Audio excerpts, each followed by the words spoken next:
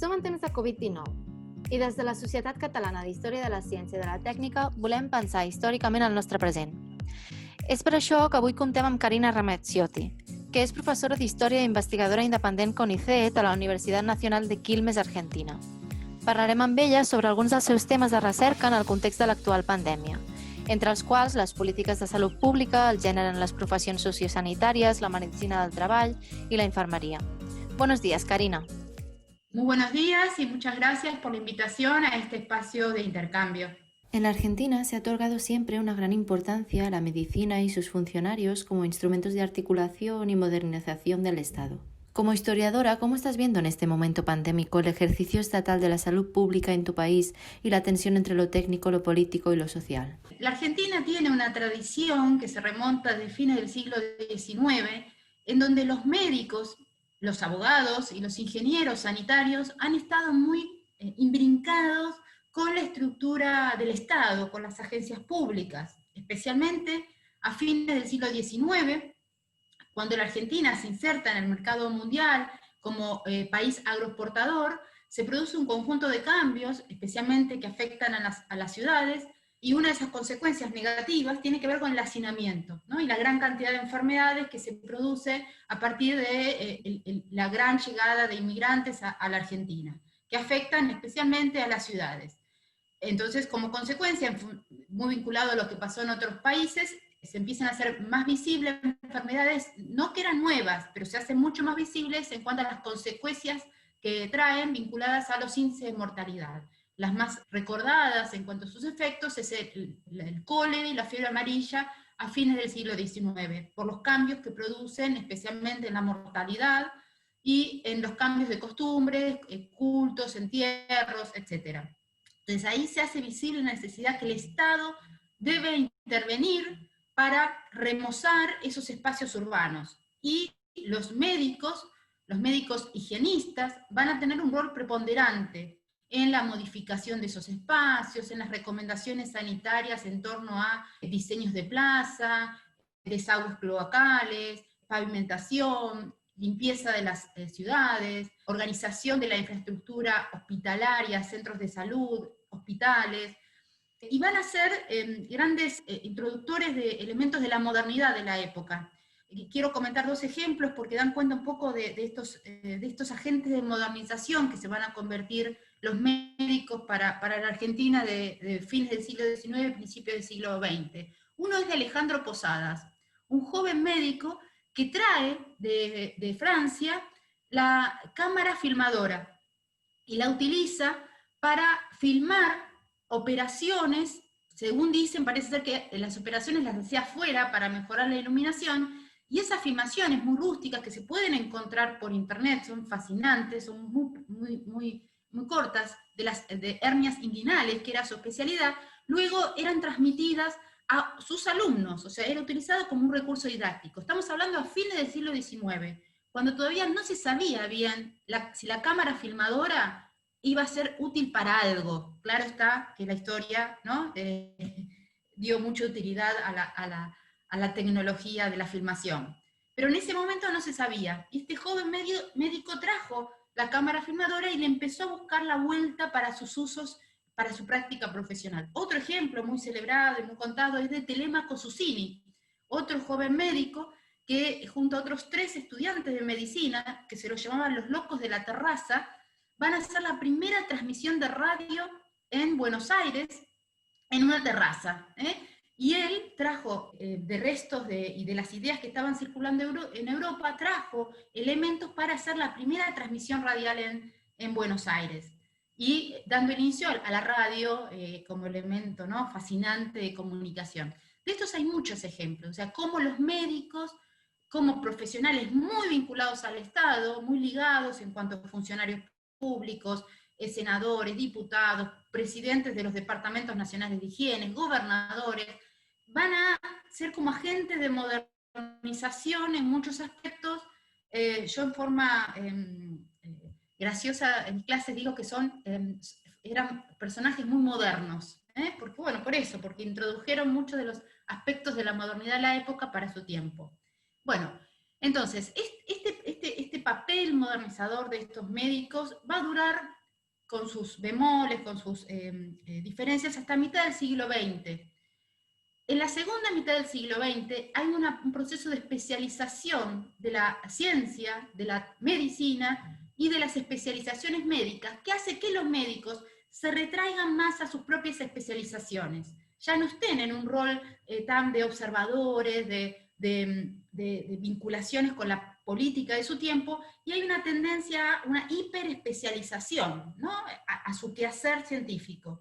Y otras profesiones van a tomar la posta en cuanto a esta vinculación con el Estado. Por ejemplo, los economistas. ¿Sí? Los economistas a partir de 1960 en adelante van a estar en la cumbre en cuanto a los saberes que aconsejan a los gobiernos de turno, y no tanto la medicina. Pero la COVID-19 trajo un fenómeno no nuevo, porque estamos diciendo que tiene vinculaciones con la historia, pero que hace mucho tiempo que no sucedía, que es este papel de los médicos como expertos asesores del Estado.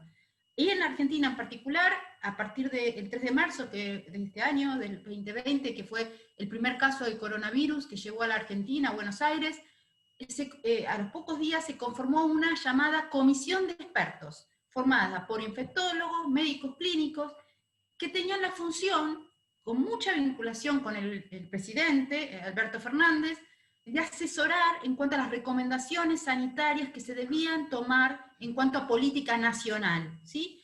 En esa primera etapa, desde marzo hasta fines de mayo, o sea, marzo, abril, mayo, durante estos 3 meses, van a ser actores con mucha presencia pública, van a estar en los medios. Cuando Alberto Fernández, en alguna de las conferencias de prensa que dio, muchos de ellos estaban por detrás, ¿no? En una configuración de la imagen en donde les daba mucha legitimidad tanto al presidente como a ellos, como actores políticos, ¿no? Científicos políticos. ¿Por qué digo a fines de mayo? Que esta relación, este vínculo entre los actores científicos convertidos en consejeros de la política sanitaria empieza a diluirse. Hay una carta firmada por sectores de la oposición que sostiene que en Argentina el gobierno estaba haciendo una infectadura. Este concepto, neologismo, tendía a asociar que estaba asesorado por un conjunto de científicos que no tenía idea en torno a las consecuencias sociales que sus recomendaciones sanitarias otorgaban. Yo creo que a partir de esa carta, que fue para fines de mayo, esta liga empieza a entrar en un descrédito, estos médicos expertos que hasta ese momento habían tenido un fuerte papel de asesores y circulaban por todos los canales y eran muy respetados.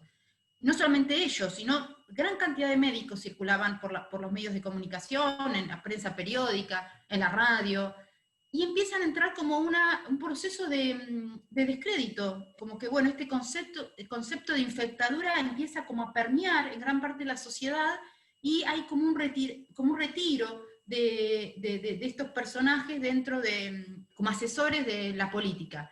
Si bien sigue estando esta comisión de asesores, sigue funcionando, su papel cada vez es más lábil, con menos presencia mediática, y quizás el ejemplo más claro en torno a este papel deslucido que está teniendo esta comisión de expertos fue el viernes anterior, que hay un anuncio del presidente diciendo que se renueva la cuarentena, una cuarentena que se cumple muy poco, y esta comisión de expertos en forma paralela hace una carta, ¿sí? Una carta diciendo que es necesario ajustar las medidas vinculadas a las recomendaciones sanitarias, que hay que implementar cuarentenas más acotadas, depende de los lugares en donde se producen los brotes, que hay que mejorar la comunicación vinculada a salud pública. O sea, en cierto sentido, hay un distanciamiento claro entre, por un lado, las medidas que de hecho están sucediendo en la vida de la Argentina, y esta comisión de expertos que se separa y enuncia una carta diciendo lo que ellos consideran que debería estar pasando, y obviamente no sucede. En tus investigaciones has reivindicado contundentemente el papel de la enfermería y en general de las mujeres en la historia contemporánea de las profesiones sanitarias en la Argentina. ¿Qué papel crees que están jugando las profesionales sanitarias en la actual crisis? Bueno, como mencionás, Julia, es cierto, especialmente la enfermería, que es la que yo más me centré, ¿no? Que es la única profesión feminizada, ha tenido un papel muy destacado, con diferentes mojones en la historia de la enfermería en la Argentina, vinculado al rol que han tenido para la prevención, difusión de normas sanitarias y intervención en momentos críticos, en momentos de crisis sanitaria, ya sean crisis políticas o en terremotos, o en situaciones de inundaciones, o en el caso que estamos viviendo, ¿no? de una epidemia. Si bien este rol vital e imprescindible que tiene el personal de salud, y en particular yo me refiero a la enfermería, porque es mi objeto de estudio en estos tiempos, aparentemente todo el mundo lo reconoce, ¿sí?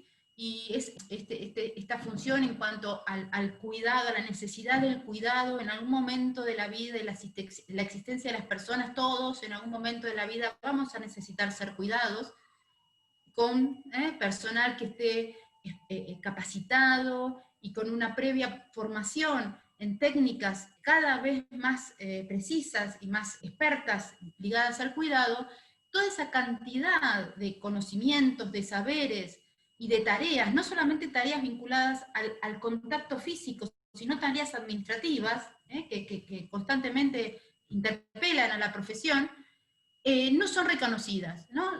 Históricamente cada vez han tenido más tareas, más demandas en cuanto a la capacitación que ellas deben tener, pero esas demandas y esa mayor capacitación no está vinculada con un reconocimiento social, un prestigio vinculado a esas tareas que cumplen, y menos aún de un reconocimiento salarial de acuerdo a sus tareas, ¿no? Pareciera ser que aquellas profesiones ligadas al cuidado, que están más ligadas al contacto físico, ¿sí? A la atención, al control cotidiano y constante de los signos vitales de una persona, esas profesiones tienen menos reconocimiento dentro de la jerarquía médica o de los sistemas de salud. Y esto quedó muy, muy llamativamente visible en la COVID, ¿sí? La COVID, una de las cuestiones que todos tratamos de evitar es el contacto, ¿sí? El contacto físico, el contacto estrecho, la importancia de la distancia social.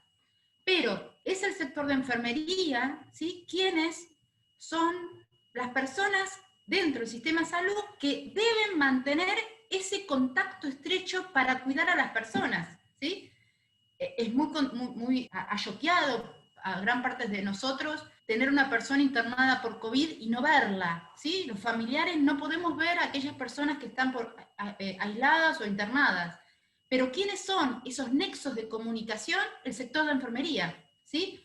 Que no solamente ha tenido que cumplir su histórico papel vinculado al cuidado, a la asistencia y al contacto físico estrecho con las personas asistidas, sino que ha tenido que gestionar otras actividades, por ejemplo, las vinculadas a la tecnología, ¿sí? Ha habido una gran cantidad de historias en esta pandemia vinculada a cómo las enfermeras o enfermeros son quienes dan un teléfono celular a quienes están enfermos para poder vincularse con las familias. Esto es algo nuevo dentro de la profesión, ¿no? Ese vínculo vinculado con la tecnología, y el intermediario es el sector de enfermería. Entonces, la historia, repito, la historia argentina ha tenido mojones en el siglo XX de una enfermería profesional cada vez con mayores demandas y saberes, ¿no? En las primeras décadas del siglo XX, Cecilia Grierson, una médica feminista, que es la primera médica recibida en la Argentina universitaria, es la que crea los primeros cursos de primeros auxilios en los consultorios de los médicos y luego en la asistencia pública de la Ciudad de Buenos Aires. Y es un mojón indudable para la historia de la enfermería el rol que tiene Cecilia Grierson en la enseñanza de la enfermería profesional. ¿A qué me refiero la enfermería profesional de esa época?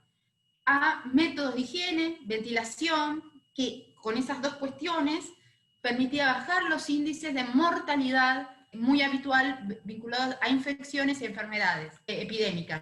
Entonces, ella va a trasladar estos conceptos modernos vinculados a Florence Nightingale y los introduce a Buenos Aires en particular, hace manuales traduce manuales ingleses para distribuir en estas escuelas que mencioné anteriormente, y va a tener un papel importantísimo en estos cuidados modernos que querían mejorar, los cuidados vinculados a las monjas, ¿sí? que eran criticadas por no tener estas nociones vinculadas a lo que era cuidar en forma moderna.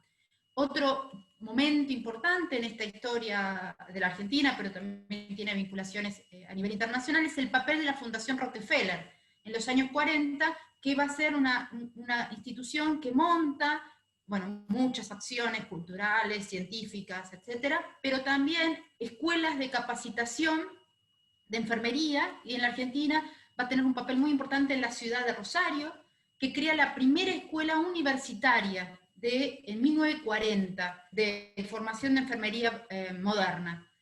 Dura muy poco, dura 3 años por el golpe de Estado de 1943 en la Argentina, que interrumpe toda la relación con Estados Unidos por las políticas vinculadas a la Segunda Guerra Mundial, de política de neutralidad ante la Segunda Guerra. Entonces Estados Unidos retira a todos los agentes y misiones científicas en la Argentina. Pero bueno, a los pocos años, a partir de 1946, se inaugura el gobierno peronista, que tiene otro papel muy destacado en la creación de espacios de formación de enfermería, ya sea de la Secretaría de Salud Pública, como de la Fundación Eva Perón, ¿no? Y que ahí nuevamente se estimulan instancias de capacitación, de técnicas de cuidado, una formación de 4 años, materias vinculadas a lo que sucedía en otras latitudes en cuanto a cómo capacitar al sector de enfermería.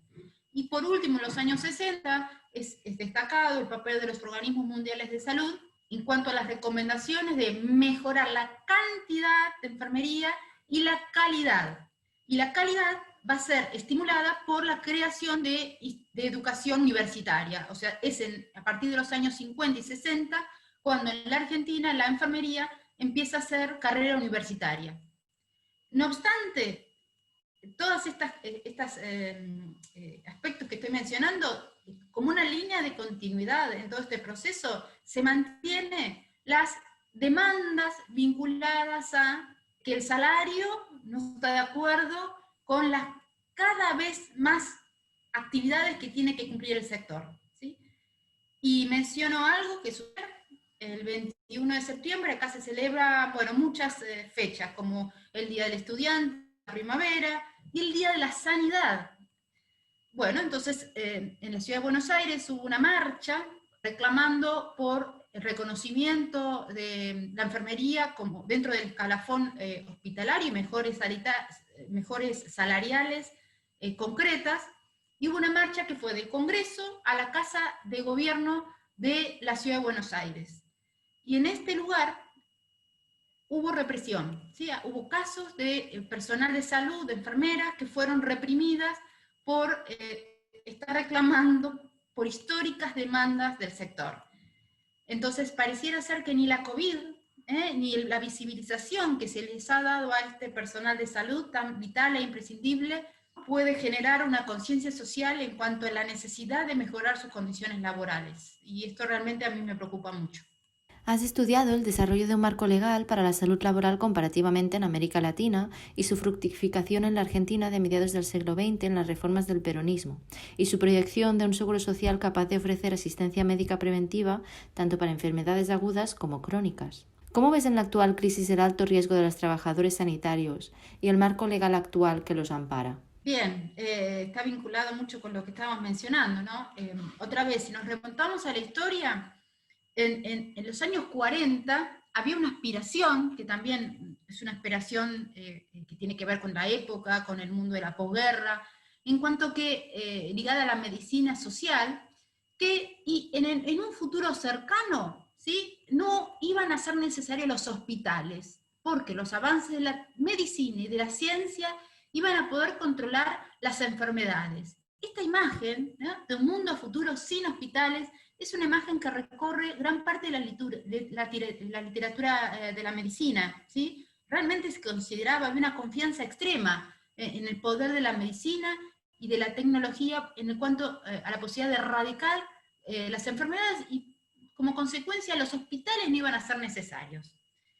Bueno, claro está que lejos, y lamentablemente, de poder lograr esa aspiración de deseo, ¿no?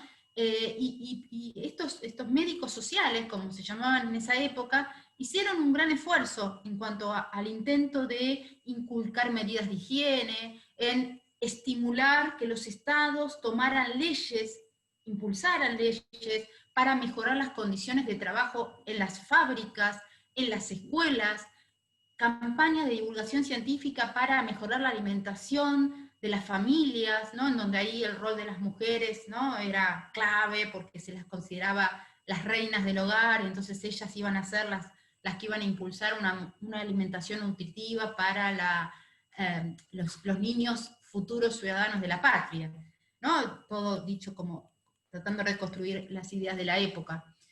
Entonces, estos médicos, esta medicina social va a tener un papel clave, repito, en estimular el diseño de medidas para la prevención de enfermedades en las fábricas, de medidas de seguridad, de campañas de vacunación, afiches, películas, radio, ¿no? Para intentar que esta aspiración de un mundo sin hospitales se pudiera concretar. Bien.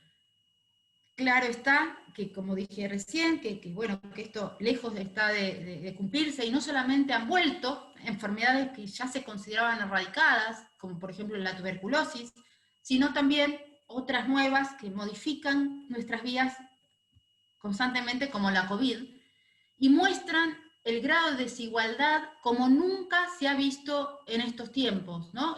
La COVID, creo que una de las consecuencias que ha marcado es que aquellos países con grandes desigualdades se visualizan más y se fragmentan aún más esas desigualdades sociales, sanitarias, económicas, etc.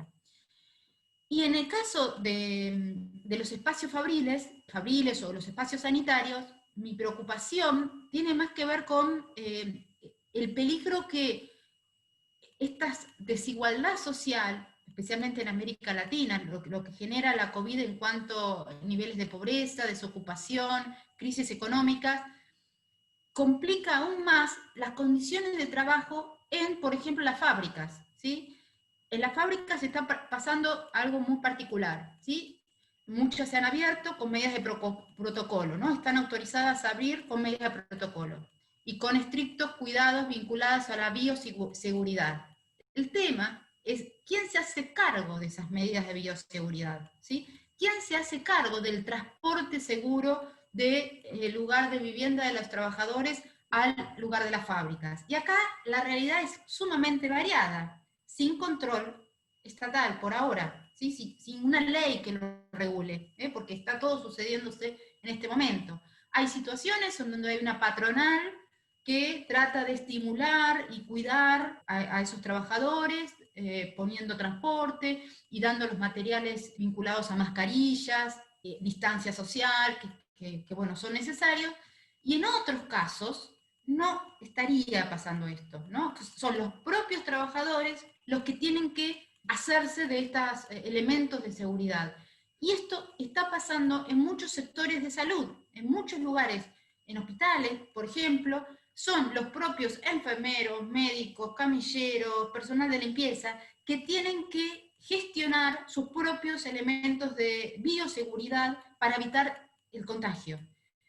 Entonces, mi preocupación tiene que ver con que la COVID pareciera que está haciendo peligrar derechos adquiridos, ¿no? El aumento de desocupación y la necesidad de trabajo, ¿no? Las dos cosas al mismo tiempo, hace que muchas personas recurran a gestionarse sus propios medios para poder tener un lugar en el trabajo, y en muchos casos con contratos precarios, sin ningún tipo de derechos adquiridos desde los años 40 en adelante, ¿no? La legislación vinculada a derechos laborales tiene como un momento clave en la historia argentina a partir del peronismo, y pareciera ser que muchos de esos derechos, como vacaciones pagas, jornadas de trabajo limitadas, aguinaldos, pareciera ser que producto de la necesidad de las personas a trabajar y del sector patronal de reducir sus gastos, ahí hay una diferencia, ¿no? Y hace que muchos de estos derechos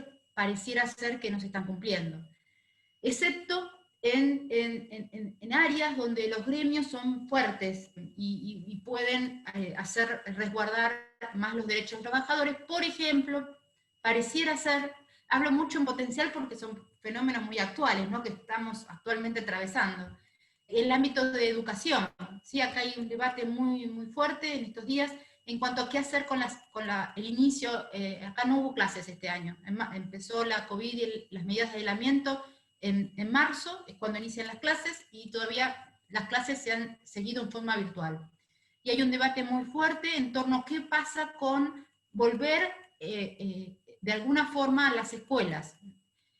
Y ahí queda claro que los gremios más fuertes, como es el gremio de la docencia, estarían muy en contra de que se reinicien las clases porque no estarían garantizadas las medidas de higiene, seguridad, distanciamiento social necesarias para poder enfrentar una pandemia que, repito, creo que no lo dije, está pasando en este momento por el momento de mayor cantidad de casos, ¿no?, a nivel de toda la Argentina.